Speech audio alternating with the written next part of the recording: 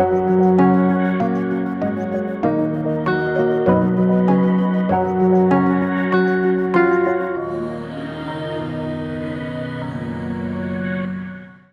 മിശിഹായ്ക്ക് സ്തുതിയായിരിക്കട്ടെ. എൻ്റെ പേര് ആൻഡ്രിയ റീത്ത മനോജ്. ആദ്യമായി തന്നെ അമ്മയ്ക്കും തിരുക്കുമാരനും ഒരുപാട് നന്ദി പറയുന്നു, അമ്മയുടെ പ്രത്യക്ഷീകരണത്തിന് സാക്ഷിയാക്കിയതിന്. ഞാനിപ്പം BSc nautical science first year വിദ്യാർത്ഥിനിയാണ്, അതായത് മർച്ചൻ്റ് നേവിയാണ് ഞാനിപ്പോൾ പഠിക്കുന്നത്. ഞാൻ കൃപാസനത്തിനെ പറ്റി അറിയുന്നത് എൻ്റെ അമ്മ വഴിയായിട്ടാണ്. ഞാൻ +1 +2 പഠിക്കുമ്പോഴാണ് അമ്മ ഇവിടെ വന്ന് ഉടമ്പടി എടുക്കുന്നത്. അപ്പം അമ്മയാണ് എനിക്ക് രാവിലെ പ്രത്യക്ഷീകരണ പ്രാർത്ഥന എനിക്ക് വേണ്ടി ചെല്ലുന്നതും ഞാനും അമ്മയുടെ കൂടെ പോയി ചെല്ലുമായിരുന്നു. അപ്പം ഞാൻ ഒബ്വിയസ്ലി അമ്മയോട് ചോദിക്കുമായിരുന്നു, ഞാൻ ഓൾറെഡി മാതാവിൻ്റെ അടുത്ത് പ്രാർത്ഥിക്കുന്നുണ്ട്, പിന്നെ ഞാൻ എന്തിനാണ് കൃപാസന മാതാവിൻ്റെ പ്രാർത്ഥന ചെല്ലുന്നത്, അല്ലെങ്കിൽ ഈ മാതാവിൻ്റെ അടുത്ത് പ്രാർത്ഥിക്കുന്നത് എന്തിനാണ്, ഞാൻ അമ്മയോട് പല പ്രാവശ്യം ചോദിച്ചിട്ടുണ്ട്. അപ്പം അമ്മേനോട് പറഞ്ഞു, ഒന്നുമില്ലാണ്ട് നീ പ്രാർത്ഥിക്കുക എന്നോട് പറയുമായിരുന്നു. അപ്പം ഞാൻ അമ്മേൻ്റെ കൂടെ രാവിലെയും ചെല്ലും, അതേപോലെ തന്നെ വൈകുന്നേരം ഞങ്ങളുടെ കുരിശുവര കഴിഞ്ഞിട്ട് അത് കഴിഞ്ഞിട്ടും ഉള്ള പ്രാർത്ഥന ഞാൻ ചെല്ലാറുണ്ടായിരുന്നു. അങ്ങനെ +2 എക്സാംസ് വന്നു. അപ്പോഴും അമ്മ എനിക്ക് ഉപ്പും തൈലവും എല്ലാം അമ്മ എനിക്ക് തന്നിട്ടുണ്ടായിരുന്നു. അതൊക്കെ കഴിച്ചിട്ടും ഉപ്പ് എക്സാം ഹോളിൽ കൊണ്ട് വിശ്വാസപ്രമാണം ചൊല്ലി എക്സാം ഹോളിൽ ആരും ചവിട്ടാത്ത സ്ഥലത്തിട്ടിട്ടാണ് ഞാൻ എക്സാം എഴുതാൻ കയറിയതും. അങ്ങനെ ഞാൻ എക്സാം എഴുതി. എനിക്ക് +2 നല്ല മാർക്ക് ഉണ്ടായിരുന്നു. അങ്ങനെ +2 കഴിഞ്ഞു. പിന്നെ എനിക്ക് എന്താ ചെയ്യേണ്ടതെന്നുള്ളൊരു ഐഡിയ ഉണ്ടായിരുന്നില്ല. പല പല എൻട്രൻസ് എക്സാംസ് ഞാൻ എഴുതുന്നുണ്ടായിരുന്നു. എൻ്റെ ഫ്രണ്ട്സ് എല്ലാവരും ഓരോരോ കോളേജിൽ കയറുന്നു, എനിക്ക് മാത്രം ഒന്നും ആവുന്നില്ല. ഞാൻ പല എക്സാംസ് എഴുതുന്നുണ്ട്, പക്ഷേ ചിലതൊക്കെ കിട്ടി, പക്ഷേ എന്നാലും എനിക്ക് അങ്ങനെ അത് തോന്നുന്നില്ല പോകാൻ വേണ്ടിയിട്ട്. അപ്പോൾ ഒന്നും അങ്ങനെ ശരിയാവുന്നുണ്ടായിരുന്നില്ല. പിന്നെയാണ് ഞാൻ ഇങ്ങനെ ഈ ഒരു നേവിനെ പറ്റി അറിയുന്നത്, മർച്ചൻ്റ് നേവിനെ പറ്റി അറിയുന്നത്. അപ്പോൾ എനിക്ക് ഇതന്നെ മതി എന്നുള്ളൊരു തോട്ട് വരുന്നുണ്ടായിരുന്നു. പക്ഷെ അപ്പോഴാണെങ്കിലും അറിയാം, മർച്ചൻ്റ് നേവി അങ്ങനെ ഗേൾസ് ആരും ഓപ്റ്റ് ചെയ്യാത്തൊരു പ്രൊഫഷനാണ്. അതുകൊണ്ട് തന്നെ എൻ്റെ വീട്ടിൽ ഭയങ്കരമായിട്ട് സ്ട്രഗിൾ ചെയ്യേണ്ടി വന്നിട്ടുണ്ട്. എനിക്ക് ആരും സമ്മതിക്കുന്നുണ്ടായിരുന്നില്ല. വീട്ടിലാണെങ്കിലും ഫാമിലി ആണെങ്കിലും ബാക്കി റിലേറ്റീവ്സ് ആണെങ്കിലും എല്ലാവരും ഭയങ്കര നെഗറ്റീവ് കമൻസ് ആയിരുന്നു എല്ലാവരുടെ സൈഡിൽ നിന്നും. അപ്പം എനിക്കും ഭയങ്കര ഇതായിരുന്നു, ദൈവമേ ഞാൻ എന്ത് ചെയ്യും, ഇവരെങ്ങനെ പറഞ്ഞ് മനസ്സിലാക്കി എനിക്കിത് മതി എന്നുള്ളത്. അപ്പോഴും അങ്ങനെയാണ് ഞാൻ കഴിഞ്ഞ വർഷം മെയിൽ ഇവിടെ വന്ന് ഉടമ്പടി എടുക്കുന്നത്. അങ്ങനെ ഞാൻ ഇവിടെ ഉടമ്പടി എടുത്തു. എൻ്റെ ആകെയുള്ളൊരു ഫസ്റ്റത്തെ ഞാൻ വെച്ചതെന്ന് പറഞ്ഞാൽ, എനിക്ക് മർച്ചൻ്റ് നേവി കയറണം, എനിക്ക് യൂണിഫോം ഇടണം. ഞാൻ അപ്പം മാതാവിനോട് പറഞ്ഞിട്ടുണ്ടായിരുന്നു, എനിക്ക് മർച്ചൻ്റ് നേവിയിൽ എനിക്ക് അഡ്മിഷൻ കിട്ടുവാണെങ്കിൽ, ഞാൻ IMUCT ക്ലിയർ ചെയ്യുവാണെങ്കിൽ ഞാൻ ഇവിടെ വന്ന് ഫുൾ യൂണിഫോമിൽ വന്ന് സാക്ഷ്യം പറയാൻ ഞാൻ നേർന്നിട്ടുണ്ടായിരുന്നു. എനിക്ക് ഒട്ടും പ്രതീക്ഷ ഉണ്ടായിരുന്നില്ല എൻ്റെ വീട്ടുകാർ സമ്മതിക്കുമെന്നോ അങ്ങനെയൊന്നും ഉണ്ടായിരുന്നില്ല. അതിൻ്റെ കൂടെ ഞാൻ വെച്ചൊരു കാര്യമായിരുന്നു എനിക്ക് ലൈസൻസ് എടുക്കണം എന്നുള്ളത്. എൻ്റെ ഫ്രണ്ട്സ് എല്ലാവരും ലൈസൻസ് എടുത്തു. അപ്പം ചെറിയൊരു ആഗ്രഹം ഞാൻ ചെറുതായിട്ട് ഇങ്ങനെ വെച്ചിട്ടുണ്ടായിരുന്നില്ല. പക്ഷേ ഇങ്ങനെ പ്രാർത്ഥിച്ചു, മാതാവേ എനിക്കും ലൈസൻസ് എടുക്കണം, എനിക്കും കാർ ഓടിക്കണം എന്നുള്ളൊരു ആഗ്രഹം ഉണ്ടായിരുന്നു, ചെറുപ്പം തൊട്ടുള്ളൊരു ആഗ്രഹമായിരുന്നു. അങ്ങനെ ഞാനത് വെച്ചു. അങ്ങനെ ഞാൻ ഉടമ്പടി എടുത്ത് തിരിച്ച് വീട്ടിൽ പോയി. അങ്ങനെ ഒന്നും അങ്ങനെ ശരിയാവുന്നില്ല. എല്ലാവരും പിന്നെ അഡ്മിഷൻസൊക്കെ എല്ലാ സ്ഥലത്തും ക്ലോസ്ഡായി. എനിക്ക് എവിടെ അഡ്മിഷൻ കിട്ടിയില്ല. ഇനി എന്തായാലും റിപ്പീറ്റ് ചെയ്യാന്നുള്ളൊരു ഓപ്ഷൻ മാത്രമേ ഉള്ളൂ. അപ്പോൾ ഞാനിങ്ങനെ പറഞ്ഞു നോക്കി, തൃശ്ശൂർ ഇങ്ങനെ എൻ്റെ എൻട്രൻസ് അക്കാഡമി ഉണ്ട്, ഞാൻ അവിടെ പൊക്കോട്ടേന്ന് ചോദിക്കുമ്പോൾ എല്ലാവരും ഇങ്ങനെ, അത് കിട്ടുമോ നിനക്ക്, കിട്ടിയാലും ലൈഫ് എങ്ങനെ ശരിയാവുക, 6 മാസം കപ്പലിൽ, 6 മാസം പിന്നെ വീട്ടിൽ വരാം, ഇതെങ്ങനെയാണ് ഫാമിലി ലൈഫ് ആണെങ്കിൽ എങ്ങനെ ശരിയാവുക, എല്ലാവർക്കും നെഗറ്റീവ് കമൻസ് മാത്രമേ പറയാനുണ്ടായിരുന്നുള്ളൂ. അപ്പോഴും ഞാൻ ഉറച്ചു വിശ്വസിച്ചു, എനിക്ക് മാതാവ് തരും, ഞാൻ ഉടമ്പടി എടുത്തിട്ടുണ്ട്, എനിക്ക് കിട്ടും എന്നുള്ളൊരു പ്രതീക്ഷ ഉണ്ടായിരുന്നു. അങ്ങനെ ഞാൻ ഉടമ്പടി എടുത്തു കഴിഞ്ഞിട്ട് ഞാൻ പിന്നെ എൻ്റെ വീട്ടുകാർ സമ്മതിച്ചു, ലൈസൻസ് എടുക്കാൻ വേണ്ടി സമ്മതിച്ചു. ഞാൻ ലൈസൻസ് എടുത്തു. അതും എൻ്റെ കാറിൻ്റെ റോഡ് ആദ്യത്തെ പ്രാവശ്യം ഫെയിലായി, 2ാമത്തെ പ്രാവശ്യം എനിക്ക് കിട്ടുന്നത്. അപ്പോൾ ഞാൻ 2ാമത്തെ പ്രാവശ്യം വണ്ടി വന്ന് പാർക്ക് ചെയ്ത സമയത്ത് എന്നെ പഠിപ്പിച്ച എൻ്റെ സാർ വന്ന് എന്നോട് പറഞ്ഞു, ആൻഡ്രി നീ പാർക്ക് ചെയ്തത് വളരെ തെറ്റായിട്ടാണ്, ഇങ്ങനെയല്ല പാർക്ക് ചെയ്യേണ്ടത്, അങ്ങനെ ഫെയിലാക്കുമെന്ന് നോക്കാമെന്ന് പറഞ്ഞു. അപ്പോൾ ഞാനിങ്ങനെ പ്രാർത്ഥിച്ചു, മാതാവേ എന്നെ കാത്തോണ്ട് ഇനിയും ഫെയിലായി കഴിഞ്ഞാൽ എനിക്കിനി റീടെസ്റ്റ് എഴുതാൻ പറ്റില്ല, കാരണം റിപ്പീറ്റ് ചെയ്യാൻ പോവുകയാണെങ്കിൽ എനിക്കിനി ടൈമില്ല എന്നുള്ള ഇത് പ്രാർത്ഥിച്ചു. അപ്പോൾ ഞാനിങ്ങനെ നോക്കുന്നുണ്ട്, ഞാൻ ഇവിടെ ഇരിക്കുക, എൻ്റെ ഇപ്പുറത്ത് എൻ്റെ സാർ ഇരിക്കുക. അപ്പം ഞാൻ ചോദിച്ചു, ദൈവമേ സാർ എന്ത് ചെയ്യും? അപ്പോൾ സാറിൻ്റെ ഇവിടെ റെഡ് പെന്നുണ്ട്, ഗ്രീൻ പെന്നുണ്ട്. അപ്പോൾ ഞാൻ പ്രാർത്ഥിച്ചു, ദൈവമേ ഗ്രീൻ എടുക്കണേ. ബട്ട് ആദ്യം സാർ എടുത്തത് റെഡായിരുന്നു. അപ്പോൾ ഞാൻ ചോദിക്കേ ഞാൻ ഫെയിലായെന്ന് വിചാരിച്ചു. ബട്ട് പിന്നെ ഗ്രീൻ എടുത്ത് ഞാൻ പാസ്സായിരുന്നു. ഞാൻ കാർ ഓടിക്കാൻ തുടങ്ങി. കാർ ഓടിക്കുമ്പോഴാണെങ്കിലും സ്കൂട്ടർ ഓടിക്കുമ്പോഴാണെങ്കിലും പല പല സിറ്റുവേഷൻസ് എനിക്ക് വന്നിട്ടുണ്ട്. കാരണം ഒരു സ്റ്റാർട്ടർ എന്ന രീതിയിൽ ഞാൻ അത്ര പ്രോ ഒന്നായിരുന്നില്ല. സോ പല പല സിറ്റുവേഷൻസും എൻ്റെ കൈവിട്ട് പോയ സിറ്റുവേഷൻസ് പല പ്രാവശ്യം ഉണ്ടായിട്ടുണ്ട്. അപ്പോഴൊക്കെ ആണെങ്കിൽ എന്നെ കാത്തത് മാതാവ് മാത്രമാണ്. എൻ്റെ കയ്യിൽ എവിടെ പോയാലും മാതാവിൻ്റെ കാശുരൂപം, തൈലം, ഉപ്പ് എല്ലാം എൻ്റെ കയ്യിൽ ഉണ്ടാവാറുണ്ട്. സോ അങ്ങനെ എനിക്ക് പല പല സിറ്റുവേഷൻസിലും വണ്ടി എടുക്കുമ്പോഴാണെങ്കിലും എൻ്റെ കയ്യിൽ നിന്ന് പോയിട്ടുള്ള സിറ്റുവേഷൻസ് മാതാവ് എന്നെ കാത്തിട്ടുണ്ട്. പിന്നെ ഞാൻ റിപ്പീറ്റ് ചെയ്യാൻ വേണ്ടി അങ്ങനെ എല്ലാവരും സമ്മതിച്ചു. ഇങ്ങനെ കിട്ടുവാണെങ്കിൽ കിട്ടട്ടെ, നീ തൃശ്ശൂർക്ക് പോയി നോക്ക് എന്ന് പറഞ്ഞു. അങ്ങനെ ഞാൻ അവിടെ റിപ്പീറ്റ് ചെയ്യാൻ വേണ്ടി പോയി. ഞാൻ പോകുമ്പോഴാണെങ്കിലും അവിടെ പോർഷൻസൊക്കെ കഴിഞ്ഞു, റിവിഷൻ തുടങ്ങിയ സമയത്തായിരുന്നു ഞാൻ പോയത്. അപ്പം അവിടെ പോയ സമയത്താണെങ്കിലും എൻ്റെ ഹോപ്പ് പിന്നെയും പോവുക. കാരണം പോർഷൻസ് എല്ലാം എടുത്ത് കഴിഞ്ഞു, റിവിഷൻ തുടങ്ങി. സോ നമ്മൾ +2 ഞാൻ സ്റ്റേറ്റ് സിലബസിലാണ് പഠിച്ചത്. അപ്പം അത് തന്നെ ഞാൻ അത്ര കാലിബറുള്ള കുട്ടിയൊന്നുമല്ല. അപ്പം സ്റ്റേറ്റ് സിലബസ് തന്നെ കഷ്ടിച്ചാണ് ഞാൻ അതും മാതാവിൻ്റെ കൂടെ നിന്നിട്ടാണ് എനിക്ക് അത്രയും മാർക്ക് കിട്ടിയത്, ഞാൻ പാസ്സായതും. അപ്പം ആ ഒരു ബേസിൽ ഞാൻ പെട്ടെന്ന് അവിടെ ചെല്ലുമ്പം എനിക്കൊരു ക്ലാസ്സും കിട്ടിയിട്ടില്ല. റിവിഷൻ തുടങ്ങുമ്പോഴത്തേക്ക് എനിക്ക് അതും കിട്ടുന്നില്ല, എനിക്ക് അവരോട് പഠിക്കാൻ പറ്റുന്നില്ല. അപ്പോൾ ഞാൻ വീണ്ടും ഡൗൺ ആയി. അപ്പോൾ ഞാൻ പ്രാർത്ഥിച്ചുകൊണ്ടിരുന്നു. മേ ബി ആ സമയത്തായിരിക്കണം കുറച്ചും കൂടെ ഞാൻ പ്രാർത്ഥിക്കാൻ തുടങ്ങിയത്. ആദ്യം കുഴപ്പമായിരുന്നു, എനിക്ക് ആദ്യം ഡൗട്ടായിരുന്നു ഞാൻ രാവിലെ എണീക്കുമോ. പക്ഷെ അത് വലിയൊരു ദൈവാനുഗ്രഹമായിരുന്നു. ഞാൻ പോയ സ്ഥലത്താണ്, ഞാൻ നിന്ന ഹോസ്റ്റൽ എന്ന് പറഞ്ഞാൽ സിസ്റ്റേഴ്സിൻ്റെ ഹോസ്റ്റലായിരുന്നു. അപ്പോൾ ഞാൻ നിന്നൊരു ഹോസ്റ്റലിലാണെങ്കിലും എനിക്ക് അവിടെ എല്ലാ ദിവസവും കുർബാന ഉണ്ടായിരുന്നു. അടുത്തടുത്ത് വേറെ പള്ളികളുണ്ടായിരുന്നു. അപ്പം ഞാൻ രാവിലെ ഇൻ കേസ് എണീറ്റില്ലെങ്കിലും എനിക്ക് അപ്പുറത്തെ പള്ളിയിൽ പോയിട്ട് കുർബാന കാണാൻ പറ്റുമായിരുന്നു. ഞാൻ 2 ആഴ്ച കൂടുമ്പോൾ എനിക്ക് അവിടെ കുമ്പസാരം ഉണ്ടായിരുന്നു. അപ്പോൾ ഞാൻ കുമ്പസാരിക്കുമായിരുന്നു. അങ്ങനെ ആത്മീയമായിട്ട് എനിക്ക് അവിടെ പോയപ്പോൾ കുറേ വളരാൻ പറ്റി. അങ്ങനെ റിപ്പീറ്റ് ചെയ്ത് കുറച്ചൊരു 2-3 ആഴ്ച കഴിഞ്ഞപ്പോഴാണ് എനിക്ക് പെട്ടെന്ന് ബാക്ക് പെയിൻ ഇഷ്യൂസ് വരുന്നുണ്ട്. അപ്പം എനിക്ക് കുറേ നേരം ഇരിക്കാൻ പറ്റുന്നില്ല. അപ്പോഴത്തേക്കും ഭയങ്കരമായിട്ട് പുറംവേദന വരിക. ഇപ്പം പഠിക്കാനിരിക്കുമ്പോഴാണെങ്കിൽ എനിക്ക് ഇരിക്കാൻ പറ്റുന്നില്ല, പഠിക്കാൻ പറ്റുന്നില്ല, കോൺസെൻട്രേറ്റ് ചെയ്യാൻ പറ്റുന്നില്ല, ഒന്നും പറ്റുന്നില്ല. അപ്പോൾ ഞാനിങ്ങനെ അമ്മേനോട് പറഞ്ഞപ്പോൾ അമ്മ പറഞ്ഞു ഓക്കെ ജൂബിലി അടുത്താണ്, അപ്പോൾ ജൂബിലിയിൽ പോയി കാണിക്കാൻ പറഞ്ഞു. ഞാൻ ജൂബിലിയിലെ ഓർത്തോനെ പോയി കാണിച്ചു. അപ്പോൾ ഡോക്ടർ ആദ്യം എന്നോട് പറഞ്ഞു ഓക്കെ എക്സ്റേ എടുക്കാൻ പറഞ്ഞു. ഞാൻ എക്സ്റേ എടുത്തു. ഡോക്ടർ നമുക്കൊന്ന് MRI കൂടെ എടുത്ത് നോക്കാം. അപ്പോൾ എനിക്ക് വീണ്ടും ടെൻഷനായി, ദൈവമേ ഇതിപ്പോൾ ഒന്നിനു പുറകെ ഒന്നായിട്ടാണല്ലോ എനിക്ക് വരുന്നതെന്ന് വിചാരിച്ചു. ഞാൻ MRI എടുത്തു. MRI എടുത്തപ്പോൾ എന്നോട് പറഞ്ഞു ചെറിയൊരു ബൾജ് ഉണ്ട് എനിക്ക് ബാക്ക് ബോണിൽ, L2-ലും L3-ലും എനിക്ക് ബൾജ് ഉണ്ട് എന്ന് പറഞ്ഞു. അപ്പോൾ അതുകൊണ്ടാണ്. അപ്പോൾ എന്നോട് പറഞ്ഞു ബെൽറ്റ് ഇടണം, അതേപോലെ തന്നെ അധികം നേരം ഇരിക്കാൻ പാടില്ല, 20 മിനിറ്റ് കൂടുതൽ ഇരുന്ന് കഴിഞ്ഞാൽ പോയിട്ട് ജസ്റ്റ് ഒന്ന് സ്ട്രെച്ച് ചെയ്തിട്ട് വന്നിട്ട് ഇരിക്കണം, അതേപോലെ തന്നെ എക്സസൈസ് ചെയ്യണം, ഫിസിയോ ചെയ്യണം എന്നൊക്കെ പറഞ്ഞു. അപ്പം ഇത്രയും നാളും നോർമലായിട്ടുള്ള ലൈഫ് കൊണ്ടുപോകുന്ന എനിക്ക് പെട്ടെന്ന് ഇങ്ങനൊരു ചേഞ്ച് വരുമ്പോഴത്തേക്ക് എനിക്ക് ഒട്ടും അക്സെപ്റ്റ് ചെയ്യാൻ പറ്റുന്നുണ്ടായിരുന്നില്ല.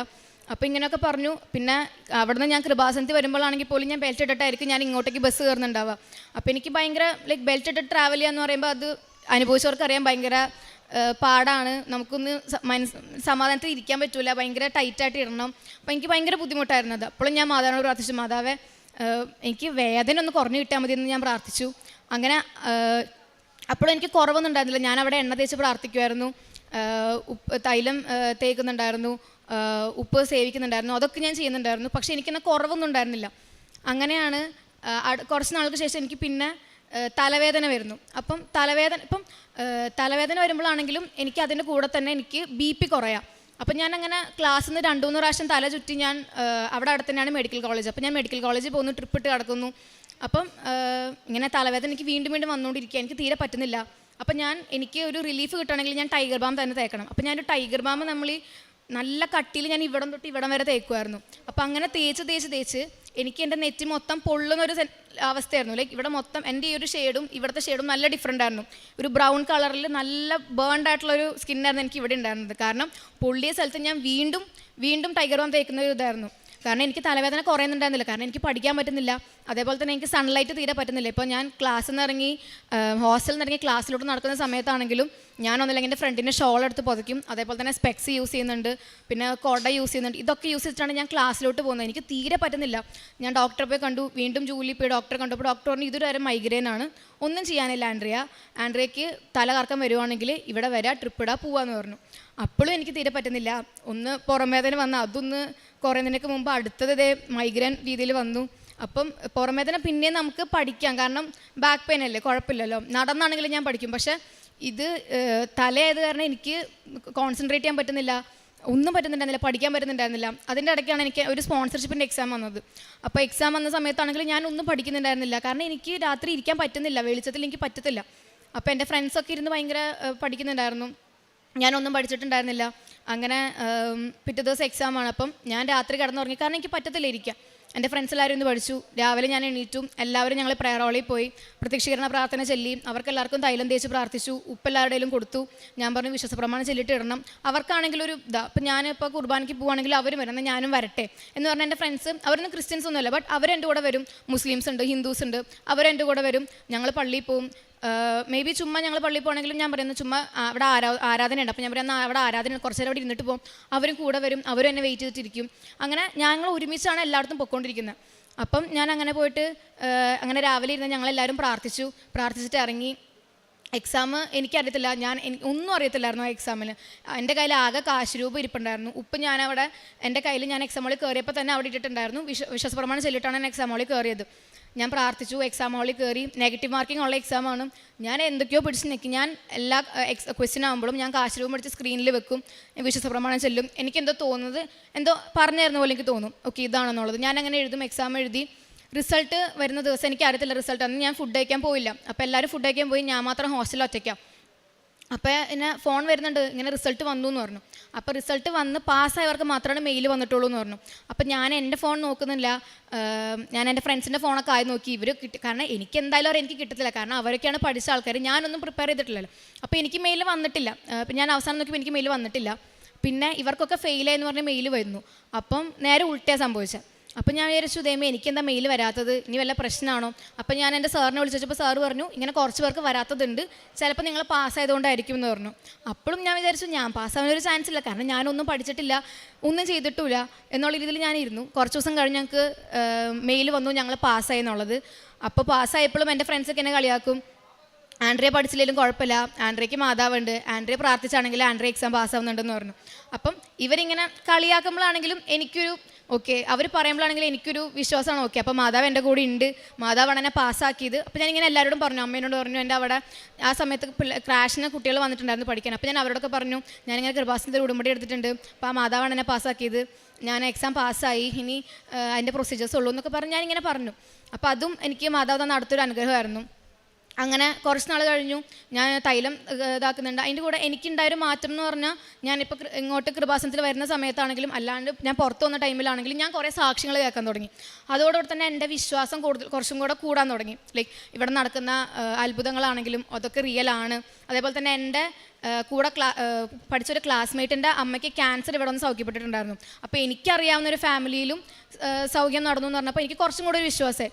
ഇപ്പം ഇതിനെപ്പറ്റി എനിക്കറിയാം, കൃപാസനെ പറ്റി ഇപ്പം ഞാൻ എൻ്റെ ഫ്രണ്ട്സിനോട് പറയുമ്പോഴും കുറേ പേർക്ക് ഇത് ഒരു പുച്ഛമാണ്, ഓക്കെ ഇതൊന്നും റിയൽ അല്ല, ഫേക്ക് ആണെന്ന് പറയുന്ന കുറേ ഫ്രണ്ട്സ് എനിക്കറിയാവുന്നവരുണ്ട്, എന്നെ കളിയാക്കുന്നവരുണ്ട്, ഒക്കെ ഉണ്ട്. പക്ഷെ ഞാൻ ഉറച്ചു വിശ്വസിക്കുന്നു, എനിക്ക് ഇതൊക്കെ തന്നത് മാതാവ് തന്നെയാണ്. ആൻഡ് ഇനി ഞാൻ വിശ്വസിക്കും. അപ്പം അതേപോലെ തന്നെ കുറച്ച് നാൾ കഴിഞ്ഞപ്പം എനിക്ക് മൈഗ്രെയിൻ, തലവേദന എടുക്കുന്നില്ല. അപ്പം ഞാൻ അങ്ങനെ ശ്രദ്ധിക്കുന്നില്ല, കാരണം എക്സാംസ് ഒക്കെ ആയി അടുത്തു, എനിക്ക് പഠിക്കാൻ പറ്റുന്നില്ല. അതിൻ്റെ ഇടയ്ക്കാണെങ്കിലും ടെൻഷൻ വരുന്നു, ഒന്നും ആയിട്ടില്ല, ഇവർക്കൊക്കെ എന്തൊക്കെയോ അറിയാം, എനിക്കൊന്നും അറിയത്തില്ല. ഞാൻ ലാസ്റ്റ് മിനിറ്റിലാണ് വന്ന് ജോയിൻ ചെയ്തത്, അപ്പോൾ എനിക്കൊന്നും അറിയത്തില്ല. അങ്ങനെ ഇരിക്കുമ്പോഴാണ് എനിക്ക് തലവേദന എടുക്കുന്നില്ല. അപ്പം എൻ്റെ ഫ്രണ്ട് ഇങ്ങനെ വെച്ചാൽ നിനക്കിപ്പോൾ തലവേദന എടുക്കുന്നില്ലെന്ന് ചോദിച്ചു. അപ്പം ഞാനിങ്ങനെ ശരി എനിക്ക് തലവേദന എടുക്കുന്നില്ല എന്ന് ഞാൻ പറഞ്ഞു. അപ്പം അപ്പോഴാണ് ഞാൻ വിശ്വസിക്കുന്നത്, ഓക്കെ എനിക്ക് തലവേദന ഇപ്പോൾ ഇല്ല, എനിക്ക് പ്രശ്നം അങ്ങനെ തലവേദന കംപ്ലീറ്റ് ആയിട്ട് എനിക്ക് മാറി, എനിക്കങ്ങനെ പിന്നെ BP കുറയേ പിന്നെ ഹോസ്പിറ്റലൈസ്ഡ് ആവേണ്ട ഒരു ഇതും എനിക്ക് വന്നിട്ടില്ല. അങ്ങനെ ഇരിക്കുമ്പോഴാണ് ഞാനിപ്പം കുറേ സാക്ഷ്യങ്ങളിൽ നിന്ന് കേൾക്കുമെന്ന് ഞാൻ പറഞ്ഞല്ലോ. അപ്പോൾ അങ്ങനെ കേൾക്കുന്നതിൻ്റെ ഇതിൽ ഞാനിങ്ങനെ മാതാവിനോട് പ്രാർത്ഥിച്ചിട്ടുണ്ട്, മാതാവ് എനിക്കും എന്തെങ്കിലും ഒരു സിഗ്നൽ തരണം. എല്ലാവർക്കും മാതാവ് സ്വപ്നത്തിൽ പ്രത്യക്ഷപ്പെടുന്നു, ഇങ്ങനെ ഡേറ്റ്സ് കൊടുക്കുന്നു, അല്ലെങ്കിൽ ക്യാൻഡലിൽ പ്രത്യക്ഷപ്പെടുന്നു. അപ്പോൾ ഞാനിങ്ങനെ കാണുമ്പം എന്തുകൊണ്ട് എനിക്കും തന്നൂടാ, ഞാനും കുറേ പ്രാർത്ഥിക്കുന്നില്ലേ, എനിക്ക് എന്തെങ്കിലുമൊക്കെ തന്നു പറഞ്ഞാൽ we had A friendly conversation. ഇപ്പം ഭയങ്കര അങ്ങനെ ഒരു ഫോർമലായിട്ടുള്ള രീതിയിലല്ല ഞാനും മാതാവും സംസാരിക്കാം. അപ്പം ഞാൻ ഭയങ്കര ഫ്രണ്ട്ലി ആയിട്ട് ഞാൻ ഒരു ഫ്രണ്ടിനോട് സംസാരിക്കുന്ന പോലെ, അല്ലെങ്കിൽ എൻ്റെ അമ്മേനോട് സ്വന്തമായിട്ട് സംസാരിക്കുന്ന പോലെ അങ്ങനെയൊക്കെ ഞാൻ എൻ്റെ മാതാവിനോട് സംസാരിക്കാം. അപ്പോൾ ഞാൻ പറഞ്ഞു എനിക്കും എന്തെങ്കിലും ഒരു സിഗ്നൽ താ മാതാവേ, അങ്ങനെയാണെങ്കിൽ എനിക്ക് കുറച്ചും കൂടെ ഇതുണ്ട് ആൾക്കാരോട് പറയാൻ, എനിക്കും ഇത് എക്സ്പീരിയൻസ് ആയി, അപ്പോൾ എനിക്കൊരു പ്രൂഫ് ഉണ്ടല്ലോ പറയാമെന്നൊക്കെ പറഞ്ഞു. അങ്ങനെ ഒരു ദിവസം ഞാൻ സ്റ്റഡി ഹാളിൽ ഞങ്ങൾ ഗ്രൗണ്ട് ഫ്ലോറിൽ പഠിച്ചുകൊണ്ടിരിക്കുക, ഫസ്റ്റ് ഫ്ലോറിലാണ് എൻ്റെ റൂം. അപ്പോൾ പഠിച്ചു കഴിഞ്ഞ് ഞാൻ മേളിലേക്ക് വന്നപ്പം ഞാൻ കുർബാന കഴിഞ്ഞ് തിരിച്ചു വരുമ്പം സിസ്റ്റേഴ്സിൻ്റെ ഹോസ്റ്റലിൽ തരണം, അവിടെ സിസ്റ്റേഴ്സിൻ്റെ ഒരു ഗാർഡൻ ഉണ്ട്. അപ്പോൾ ഞാൻ അവിടെ നിന്ന് കിട്ടുന്നൊരു പൂ, അപ്പം അന്ന് എനിക്ക് കിട്ടിയത് മുല്ലപ്പൂവായിരുന്നു. അപ്പോൾ ഞാൻ ആ മുല്ലപ്പൂ എടുത്ത് ഞാൻ ഏതെങ്കിലും ഒരു പൂ മാതാവിന്, എൻ്റെ റൂമിലൊരു മാതാവിൻ്റെ രൂപമുണ്ട്, അപ്പോൾ ഞാൻ ആ രൂപത്തിലുണ്ടെന്ന് മുല്ലപ്പൂ വെച്ചിട്ടുണ്ടായിരുന്നു. അപ്പം ഞാൻ അവിടെ കൊണ്ടുവന്ന് വെച്ചു. അപ്പം ഞാൻ ഡോറ് തുറന്ന് അകത്ത് കയറിയപ്പോൾ എനിക്ക് നല്ല മുല്ലപ്പൂവിൻ്റെ മണം കിട്ടി. അപ്പോൾ എനിക്ക് ഭയങ്കര സന്തോഷമായി.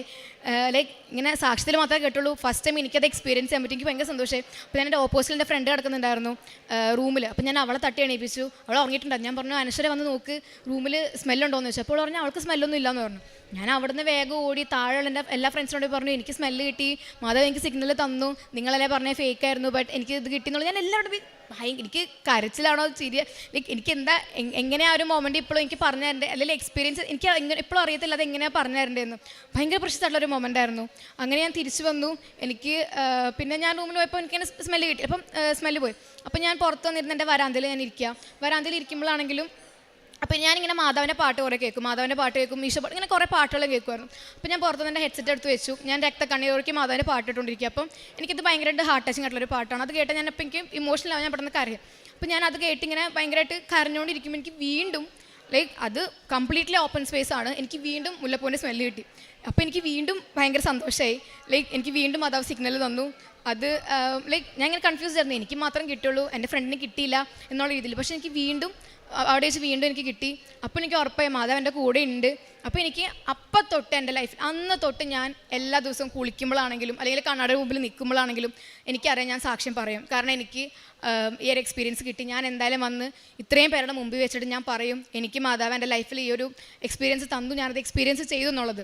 മേ ബി അന്ന് തൊട്ട് ഞാൻ എൻ്റെ ലൈഫിൽ പറഞ്ഞുകൊണ്ടിരിക്കുക, ഓക്കെ അന്ന് തൊട്ട് എനിക്ക് ലൈഫിലുണ്ടായിട്ടുള്ള ഓരോരോ കാര്യങ്ങൾ ഞാൻ സാക്ഷ്യം പോലെ ഞാൻ കണ്ണാടി നോക്കി പറയും. അപ്പോൾ എനിക്കിനി വേറെ പ്രിപ്പയർ ചെയ്യേണ്ട ഒരു കാര്യം ഉണ്ടായിരുന്നില്ല. ഞാൻ അന്ന് തൊട്ട് ഇങ്ങനെ പറയും എനിക്ക് മാധവ് ഇങ്ങനെ ചെയ്തു അങ്ങനെ ചെയ്തു എന്നൊക്കെ ഞാൻ ഇങ്ങനെ പറയായിരുന്നു. അങ്ങനെ എനിക്ക് ആ ഒരു എക്സ്പീരിയൻസ് കിട്ടി. അങ്ങനെ ഞാൻ IMUCT എക്സാം എഴുതാൻ വേണ്ടി പോവുക. അപ്പോൾ എക്സാം എഴുതാൻ പോകുമ്പോഴാണെങ്കിൽ ഞങ്ങൾക്ക് ഭയങ്കര ടെൻഷനായി, ഒന്നും അറിയത്തില്ല എന്താ എഴുതേണ്ടതെന്ന്. ഞങ്ങൾ അവസാന നിമിഷം നോക്കുന്നതുകൊണ്ട് ഞങ്ങൾക്ക് തന്നെ പ്രത്യേകിച്ചൊന്നും അറിയത്തില്ല. എക്സാം ഹോളിൽ കയറി, എക്സാം ഹോളിൽ പോകുന്ന സമയത്താണെങ്കിലും എല്ലാവരും ഇന്ന് പഠിച്ചുകൊണ്ടിരിക്കുക, ഞാൻ അപ്പോഴും പ്രത്യക്ഷീകരണ പ്രാർത്ഥന ചൊല്ലിക്കൊണ്ടിരിക്കുക. എക്സാം ഹോളിൽ കയറുന്നതിനൊക്കെ മുമ്പ് എല്ലാവരും ഇങ്ങനെ പേപ്പറൊക്കെ മറിച്ച് ഇക്വേഷൻസ് നോക്കുന്നു, അത് നോക്കുന്നു. എനിക്കങ്ങനെ ഒന്നും നോക്കാൻ എനിക്ക് എൻ്റെ തലയിലൊന്നും കയറുന്നില്ല. ഞാൻ അപ്പോഴും ഇന്ന് പ്രത്യക്ഷീകരണ പ്രാർത്ഥനേൻ്റെ ബുക്ക് തുറന്ന് ചൊല്ലിക്കൊണ്ടിരിക്കുക. എല്ലാവർക്കും തൈലൊക്കെ തേച്ച് കൊടുത്തു, ഉപ്പ് കൊടുത്തു. ഞാൻ ഇങ്ങനെ പറഞ്ഞ് വിശ്വാസപ്രമാണം ചൊല്ലിയിട്ട് കയറണം. ഞാൻ കയറിയത് പെന്ന്, എൻ്റെ കാശ് രൂപം, ഉപ്പും കൊണ്ടാണ് ഞാൻ എക്സാം ഹോളിൽ കയറിയത്. അപ്പോൾ ഞാനിങ്ങനെ നോക്കിയപ്പോൾ ഞാൻ പറഞ്ഞു മാധവ് എനിക്കൊരു സിഗ്നൽ താ, എനിക്ക് മാധവ് എൻ്റെ കൂടെ ഉണ്ടെന്നുള്ളത്. അപ്പോൾ ഞാനിങ്ങനെ കയറിയപ്പം മഴ പെയ്യുന്നില്ല. അപ്പോൾ ഞാൻ പറഞ്ഞു ഓക്കെ എനിക്ക് മാധവ് എൻ്റെ കൂടെ ഉണ്ടെങ്കിൽ മഴ പെയ്യണം, ഞാൻ എക്സാം എഴുതുന്ന സമയം വരെ എനിക്ക് മഴ പെയ്യണമെന്ന് പറഞ്ഞു. ആൻഡ് അതും മാധവ് എനിക്ക് സാധിച്ചു തന്നു. ഞാൻ എക്സാം എഴുതുന്ന ടൈം മുഴുവനും മഴ അവിടെ പെയ്യുന്നുണ്ടായിരുന്നു. ഞാൻ എക്സാം എഴുതി കഴിഞ്ഞ് കുറച്ച് കഴിഞ്ഞിട്ടാണ് മഴ നിന്നത്. അങ്ങനെ ഞാൻ എക്സാം എഴുതി കഴിഞ്ഞു. അപ്പോഴും ഓക്കെ അപ്പോഴും എനിക്കൊരു ഇതുണ്ടായിരുന്നു, കാരണം മാധവ് എനിക്ക് സിഗ്നൽ തന്നു, എനിക്ക് എക്സാം പാസ്സാവും. കാരണം എനിക്ക് അപ്പോഴും വലിയ പ്രതീക്ഷ ഉണ്ടായിരുന്നു. ഞാൻ അങ്ങനെയൊന്നും ഞാൻ എഴുതിയിട്ടില്ല, എൻ്റെ ഒരു 100% ഇട്ടിട്ടില്ല. അവിടെയും എൻ്റെ മെറിറ്റല്ല, മാധവിൻ്റെ ഗ്രേസാണ് അവിടെ പ്രവർത്തിച്ചത്. എക്സാം എഴുതി കഴിഞ്ഞു, ഞങ്ങൾ ഹോസ്റ്റലിൽ വന്നു. കുറച്ച് നാൾ ഹോസ്റ്റലുണ്ടായിരുന്നു. അപ്പം പെട്ടെന്ന് പറഞ്ഞു ഓക്കെ റിസൾട്ട് വന്നു എന്ന് പറഞ്ഞു. അപ്പം ഞാനിങ്ങനെ ഓക്കെ ഞങ്ങൾ എല്ലാ ദിവസം ഇങ്ങനെ തമാശക്കേണ്ടി പറയാം റിസൾട്ട് വന്നു, നീ പാസ്സായി തോറ്റു എന്നൊക്കെ ഇങ്ങനെ പറയുന്നുണ്ട്. അപ്പോൾ ഞങ്ങൾ ഇങ്ങനെ നിൽക്കുമ്പോൾ എൻ്റെ ഫ്രണ്ട് ഇങ്ങനെ ഒന്ന് പറഞ്ഞു ആൻഡ്രി നീ പാസ്സായിട്ടോ എന്ന് പറഞ്ഞു. അപ്പോൾ ഞാനിങ്ങനെ പോയി ചുമ്മാ പറയല്ലേ എന്നൊക്കെ പറഞ്ഞു. ബട്ട് ഞാൻ ശരിക്കും പാസ്സായിട്ടുണ്ടായിരുന്നു. എൻ്റെ ഫ്രണ്ട്സ് മിക്കവരും തോറ്റു. അപ്പോൾ എനിക്ക് അതൊരു വിഷമമായി, കാരണം എൻ്റെ ഫ്രണ്ട്സ് തോറ്റു. But at the same time ഞാൻ പാസ്സായി. അപ്പോൾ ഇവരെന്ന് പറഞ്ഞു ഞങ്ങളാരും പറഞ്ഞില്ല ആൻഡ്രയെ കിട്ടും, ആൻഡ്രയ്ക്ക് മാതാവുണ്ട്, ആൻഡ്രയെ പ്രാർത്ഥിച്ചു ആൻഡ്രയ്ക്ക് കിട്ടും എന്നുള്ളത് പറഞ്ഞിട്ടുണ്ടായിരുന്നില്ല. എനിക്ക് ഭയങ്കര സന്തോഷമായി. അപ്പം ലൈക്ക് ഈ റിപ്പീറ്റ് ചെയ്ത സമയത്താണെങ്കിലും എന്നോട് ഇങ്ങനെ ഓരോരുത്തർ ചോദിക്കും എന്താ ചെയ്യുന്ന ആൻഡ്രിയ. അപ്പോഴും എനിക്ക് പറയാനൊരു മടിയാണ്, ഇതിപ്പോൾ ഇത് കിട്ടിയില്ലെങ്കിൽ ഞാൻ എങ്ങനെ നേവിയാന്നൊക്കെ പറഞ്ഞിട്ട് ഇനി കിട്ടിയില്ലെങ്കിൽ നാണക്കേടല്ലേ. ഇപ്പം എൻ്റെ അമ്മയാണെങ്കിലും പറഞ്ഞു കിട്ടിയില്ലെങ്കിൽ ആൻഡ്രിയ നാലോചിച്ച് നോക്കാൻ തുടങ്ങി, നീ പറയണ്ട, ചോദിക്കുകയാണെങ്കിലും ഇങ്ങനെ ഓക്കെ റിപ്പീറ്റ് ചെയ്യാമെന്ന് പറഞ്ഞാൽ മതി, ഇന്ന കോഴ്സാണെന്ന് പറയണ്ടെന്ന് എന്നെ പറഞ്ഞിട്ടുണ്ട്. അപ്പോൾ എനിക്ക് ഭയങ്കര വിഷമമായിട്ടുണ്ട്, കാരണം ഞാനിതാ പഠിക്കുന്നത് എനിക്ക് പറയാൻ പറ്റുന്നില്ല, അല്ലെങ്കിൽ ലൈക്ക് ഭയങ്കര സ്ട്രഗിൾ ചെയ്തിട്ടുണ്ട് ഞാൻ ഈ ഒരു കോഴ്സാണെന്ന് പറയാൻ വേണ്ടിയിട്ട്. ആർക്കും അക്സെപ്റ്റ് ചെയ്യാൻ പറ്റുന്നുണ്ടായിരുന്നില്ല. അത് ഭയങ്കര ഒരു സ്ട്രഗിളായിരുന്നു. അതെനിക്ക് ശരിക്കും മാതാവ് തന്നതാ. അങ്ങനെ എക്സാം എഴുതി ഞാൻ പാസ്സായി. അടുത്തത് ഞാൻ കോളേജിൽ അഡ്മിഷൻ കിട്ടി. പിന്നെ എൻ്റെ ലോണിൻ്റെ കുറേ പ്രശ്നങ്ങൾ എനിക്ക് വന്നിട്ടുണ്ടായിരുന്നു, അതും അല്ല മാതാവ്. അപ്പം ലോണിൻ്റെ ഓരോ ആവശ്യങ്ങൾക്ക് ഞങ്ങൾ എൻ്റെ അമ്മ പോകുന്നുണ്ടെങ്കിലും ഉപ്പെല്ലാം അവിടെ കൊണ്ടുപോയി ബാങ്കിലൊക്കെ ഇട്ടിട്ടാണ് എൻ്റെ അമ്മ പ്രാർത്ഥിക്കാറ്. അങ്ങനെ എനിക്ക് ലോണെല്ലാം സാങ്ഷനായി. എല്ലാം ഒരു ഇതും കൂടാതെ മാതാവ് എനിക്കെല്ലാം സാധിച്ചു തന്നു. അതേപോലെ തന്നെ എൻ്റെ ഫ്രണ്ട്സ് അപ്പോൾ എനിക്കറിയാം ഞാനിങ്ങനെ പ്രാർത്ഥിക്കുന്ന ഒരാളാണെന്ന് അറിയാം. അതുകൊണ്ട് എൻ്റെ ഫ്രണ്ട്സ് ഇങ്ങനെ പറയും ഓക്കെ എനിക്കിങ്ങനെ ഉണ്ട് പ്രാർത്ഥിക്കണം കേട്ടോ എന്നൊക്കെ പറയും. അപ്പോൾ ഞാൻ ആർക്കും ഇങ്ങനെ പ്രാർത്ഥിക്കാനുണ്ട്. അടുത്ത പ്രേക്ഷിത പ്രവർത്തനങ്ങൾ പത്രങ്ങൾ എനിക്ക് ആദ്യം ഭയങ്കര മടിയായിരുന്നു, പത്രങ്ങളൊക്കെ കൊണ്ടുപോയി കൊടുക്കാൻ എല്ലാവർക്കും. പക്ഷേ ഞാൻ സ്വയം എളിമപ്പെട്ട് ഞാൻ ആദ്യം ഒന്നും അങ്ങനെ കൊടുക്കുന്നുണ്ടായിരുന്നില്ല. പക്ഷെ ഞാൻ പിന്നെ കൊടുക്കാൻ തുടങ്ങി. റെയിൽവേ സ്റ്റേഷൻസിൽ, ബസ് സ്റ്റാൻഡ്സിൽ, എൻ്റെ കുട്ടികളുടെ ഇടയ്ക്കാണെങ്കിലും എൻ്റെ ടീച്ചേഴ്സിൻ്റെ ഇടയ്ക്കാണെങ്കിലും ഞാൻ എല്ലാവർക്കും കൊണ്ടേ കൊടുക്കാൻ തുടങ്ങി. വിശ്വാസപ്രമാണം ചൊല്ലി കൊടുക്കും. നമുക്ക് റിജക്ഷൻസ് കിട്ടും, എല്ലാവരും പറയാം എനിക്ക് വേണ്ട. ഇപ്പം ഇവരാണെങ്കിൽ ഇങ്ങനെ പുച്ഛിച്ചിങ്ങനെ നോക്കും, ഈ കൊച്ചിന് അല്ലെങ്കിൽ ഇത്രയും ബുദ്ധിയില്ല അല്ലെങ്കിൽ ബോധമില്ല എന്നുള്ള രീതിയിൽ എനിക്ക് പലതവണ അങ്ങനത്തെ എക്സ്പീരിയൻസ് ചെയ്തിട്ട് വന്നിട്ടുണ്ട്. പക്ഷെ അപ്പോഴും നമ്മൾ മാതാവിനെ പ്രതി അല്ലെങ്കിൽ ഈശോയ്ക്ക് വേണ്ടിയിട്ട് നമ്മളത് ചെയ്യുവാണ്, നമ്മൾ ഈശോയ്ക്ക് വേണ്ടിയിട്ട് ആ ഒരു പ്രേക്ഷിത പ്രവർത്തനം നമ്മൾ ചെയ്യുവാണ്. അപ്പോൾ സ്വയം അത്രയും താന്നിട്ടാണ് ഞാൻ അങ്ങനെ കൊടുക്കുന്നുണ്ടായിരുന്നത്. ഞാൻ എൻ്റെ ഒരു ക്യാരക്ടർ കൊണ്ട് ഞാൻ ഒരിക്കലും ഞാൻ സ്വപ്നത്തിൽ പോലും വിചാരിച്ചിട്ടില്ല ഞാൻ അങ്ങനെ ചെയ്യുന്ന ഒരാളാണ്. പക്ഷെ ഞാൻ അങ്ങനെ ചെയ്തു. അത് ചെയ്തതുകൊണ്ടാണ് മേ ബി ഇത്രയും റിസൾട്ട്സ് എനിക്ക് കിട്ടി തുടങ്ങിയത്. സ്വയം താന്ന് ഞാൻ അത്രയും ഇത് ചെയ്തതുകൊണ്ടാണ് എനിക്കങ്ങനെ കിട്ടിയത്. അതേപോലെ തന്നെ ഞാൻ തൃശ്ശൂർ മെഡിക്കൽ കോളേജിൽ ഞാൻ ഇങ്ങനെ ഞങ്ങൾ പോകുന്ന വഴിയിലായിരുന്നു. അപ്പോൾ ഞാൻ ഇടയ്ക്ക് അവിടെ പോവും, രോഗികളെ കാണും, അവർക്കൊക്കെ വേണ്ടിയിട്ട് തൈലം തേച്ച് ഞാൻ പ്രാർത്ഥിക്കും, അവരോടൊക്കെ ഞാൻ കൃപാസനത്തിനെ പറ്റി പറയും.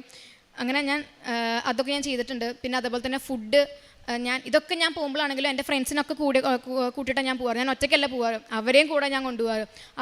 അവർക്കും അറിയണം എന്താണ് സംഭവം എന്നുള്ളത്.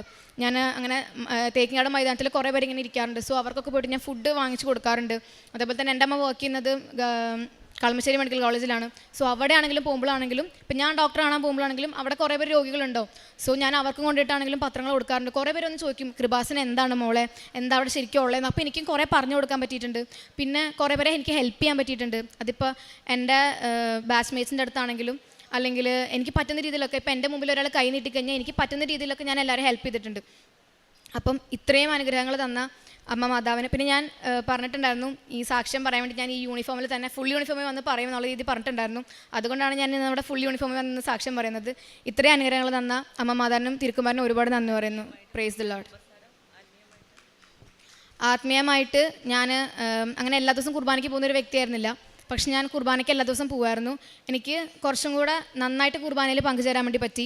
കുറച്ചും കൂടെ ഒരു ഇപ്പോൾ ഓരോ പ്രാർത്ഥനയാണെങ്കിലും പാട്ടാണെങ്കിലും ഇമോഷണലി ഞാൻ ഭയങ്കരമായിട്ട് കണക്റ്റഡ് ആവാൻ തുടങ്ങി. എനിക്ക് ലൈക്ക് ഭയങ്കരമായിട്ട് ഫീൽ ചെയ്തിട്ട് എനിക്ക് കുർബാന കാണാൻ വേണ്ടി എനിക്ക് പറ്റി, അല്ലെങ്കിൽ ഫീൽ ചെയ്തിട്ട് എനിക്ക് എല്ലാം ചെയ്യാൻ വേണ്ടി പറ്റി. കുമ്പസാരാണെങ്കിലും ഞാൻ ഇപ്പോൾ പഠിക്കുന്ന സ്ഥലത്താണെങ്കിലും എനിക്ക് അങ്ങനെ എല്ലാ ദിവസവും കുർബാന കാണാൻ പറ്റില്ല. പക്ഷെ ഞാൻ എല്ലാ ഞായറാഴ്ച ആണെങ്കിലും എനിക്ക് ക്രിസ്ത്യൻസ് ആയിട്ടുള്ള ഫ്രണ്ട്സിൻ്റെ കൂടെ ഞാൻ പോയി കുർബാന കാണാറുണ്ട്. ഞാൻ നാട്ടിൽ വരുമ്പോഴാണെങ്കിലും ഞാൻ എപ്പോഴും പോയി കുമ്പസാരിക്കാറുണ്ട്. അങ്ങനെ റിപ്പീറ്റ് ചെയ്യുന്ന സമയത്താണെങ്കിലും എല്ലാ 2 ആഴ്ച കൂടുമ്പോൾ അല്ലെങ്കിൽ ഒരാഴ്ച കൂടുമ്പം ഞാൻ പോയി കുമ്പസാരിക്കാറുണ്ട്.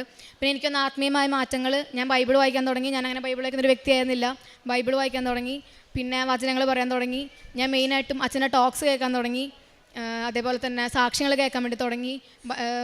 ഇതേപോലെ തന്നെ ബസ്സിൽ ട്രാവൽ ചെയ്യുമ്പോൾ ഞാൻ കൊന്ത ചെല്ലാൻ തുടങ്ങി.